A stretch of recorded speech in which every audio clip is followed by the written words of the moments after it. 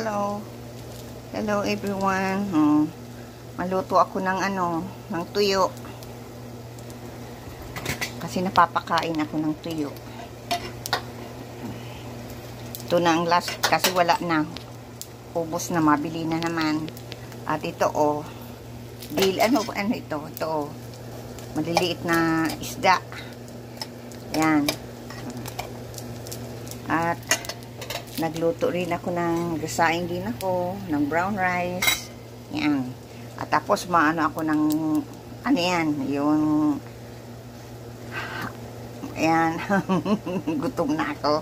O sige, mamaya ko na lang sasabi ang gusto kong sabihin mamaya. Okay, God bless everyone.